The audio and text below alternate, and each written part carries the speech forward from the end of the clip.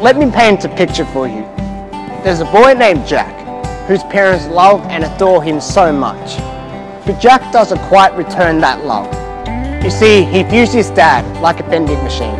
He pushes the right buttons and he gets what he wants. Money, gifts, items. And so he only goes to his dad whenever he needs something. Or even think of his mum. He views his mum as a task manager. She's the one that comes up with all the rules and all the jobs that he has to do. And as long as he does all those jobs and he behaves well in front of her, she's happy. But when he's away from her, he does whatever he wants. You see, Jack has a very distant relationship with his parents. That he will either do the right things, behave the right way in order to get what he wants. But when he does that, as he pigeonholes his mum and his dad as a task manager and a vending machine, he misses out on every single thing they have to offer him. He misses out on the love that they can offer him, the support that he needs in the hard times, the encouragement and the nurture that he needs to grow into a young man. He misses out on the journey that he can walk with his parents only because he approaches them casually and focuses their identity and their influence in his life.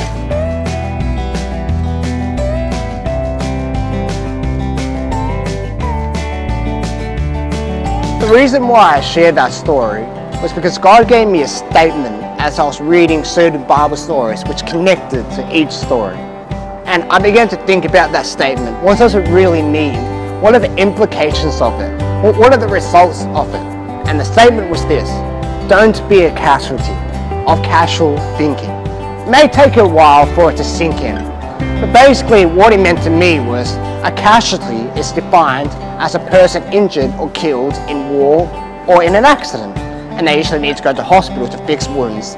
So in other words, they are a victim of something.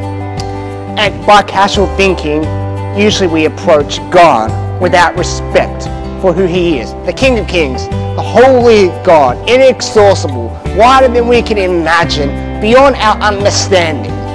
And as we approach Him casually, we only see Him through our small eyes, and we don't give Him the respect and honor that He deserves.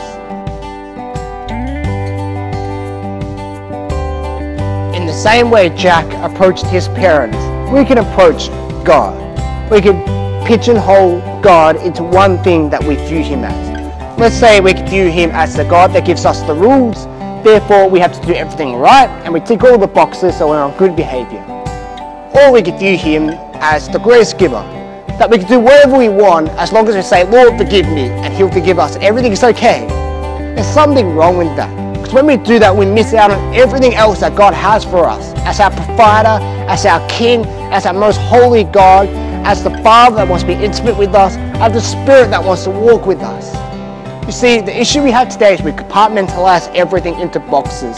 That we put our family in one box, sports in another, we put God in another. And when we do that, we limit the power and influence of God over all our lives. We approach God casually. As we do that, it is dangerous because we miss out on everything that God has for us. We miss out on all the abundance that He could bring into our lives. So that's the question that I really want you to think about today, because I've wrestled with it myself. I've approached God casually and said, whoa.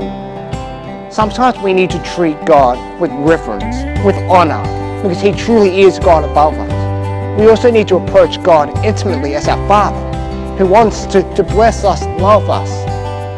So I want you to really think about this question. Are you a casualty of casual thinking? Do you approach God casually? Or do you allow God to be God over your life and throughout your life? Don't be a casualty of casual thinking. That's my word for you today.